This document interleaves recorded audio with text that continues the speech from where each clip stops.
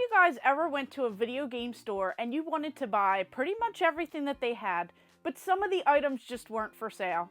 Well, that was the case here when I went out to Massachusetts and I went into this insane video game store.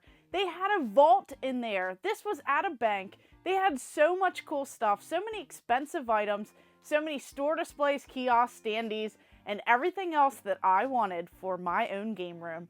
So let's go ahead and check this place out.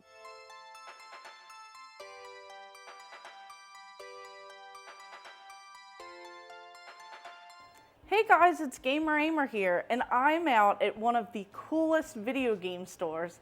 This has so many items that I absolutely want, and I'll just let him tell you about the store. So where are we, and what is this store? We are Retro World at 187 Main Street in Indian Orchard, Massachusetts.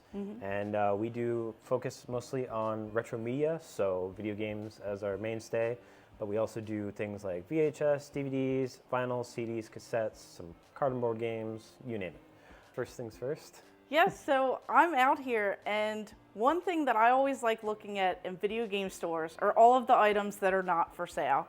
I try so hard to get these items, but they're just for display. They're really great for the aesthetic of the store. And right away, I saw these beauties when I came in. These are the World of Nintendo cabinets. These are insane. Where does something like this come from, and why do these things exist? So these would usually be used as displays in stores. As you can see, we're utilizing the pusher trays that would usually come with a lot of Nintendo boxes in particular fit in there very well. You can expand them as well to get more of the view, but yeah, these are very hard to come by.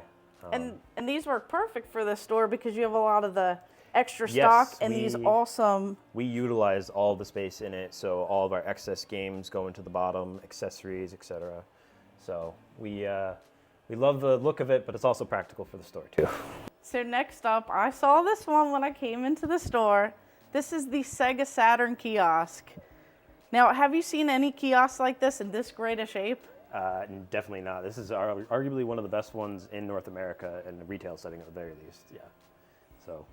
Yeah, this one, I don't know what it is. I don't know if it's like the Sonic artwork on here or if it's like how sleek this whole design looks, but how like this bumps out and you have Sega on the side with this like crazy writing. It's something about this. I don't know what it is, but this is probably one of my favorite kiosks that I've ever seen. Yep. I'm pretty biased too because they did a lot of good contrast with the blue and orange as well. So very nice. So all the time, whenever I see any type of sign, whether it's any video game neon sign, these like super bright signs, or even the fiber optics, this one is so beautiful because not only does it have Game Boy, Super Nintendo, it has Nintendo Entertainment System.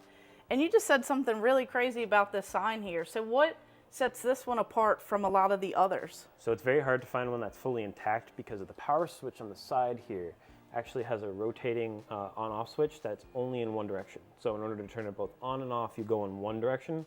Some people have made the mistake in going the opposite direction and snapping it right off. So. Jeez. Yeah, that would be heartbreaking. But that one's a really cool one. So how could I forget about this beautiful kiosk? So back in the day, I used to go into my local Blockbuster. We would have those Blockbuster nights, and I would be able to bring my cartridge in the store and print out all of these beautiful stickers. And this is something that you just don't see nowadays. So how does this thing work? So back in the original day of Blockbuster, in the days of yore, you would go up to the counter and get one of the special 5 collectible Pokémon, basically credit cards. And then you would come over here and you would stick it into slot 1 and it would give you a printing credit. Now, unfortunately, we're not Blockbuster. Blockbuster has gone the way of the dodo. And so in order to get credits on there, it would be incredibly difficult. What we had was a gentleman install an Arduino unit to give us infinite credits so that we can continually keep printing photos with no issue. Wow. But then from there, you could either insert your own cartridge of Snap or Stadium to print your own pictures, or just use the demo kiosk backup photos that it has on there as well. And then simply go through the gallery, pick your best 4, and then you can pick your best shots. Yeah, this is such a like time warp right here. Mm-hmm. Just remembering those good old days, and oh man, if I could have one of these in my collection, this thing would be probably like one of my pride and joys. It's by far one of my favorite pieces in this entire store. So as you guys know, I'm going for the full Super Nintendo set. And this one right here would definitely help me complete my set.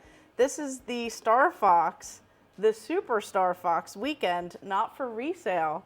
So this is insane. This crazy weekend where they had thousands of people, you know, competing to get this highest score, and they would give away prizes. So they had like a jacket, a pin, and this was crazy. Could you imagine if we still had times like this where people could get together and try and win all of these awesome prizes? I would love that, and especially some of those prizes would be really cool. Yeah, especially if, you know, more people out there had some of those jackets and everything else. I think that'd be a fun time. But this one I would love to have in the collection. So let me know in the comments down below which items you would love to have if money was not an object. If you could go into any location and find something really cool like these items, what items would you look out for? So of course, thank you guys for watching. Make sure you like and subscribe. Go ahead and check out all of my other videos and stay tuned for more.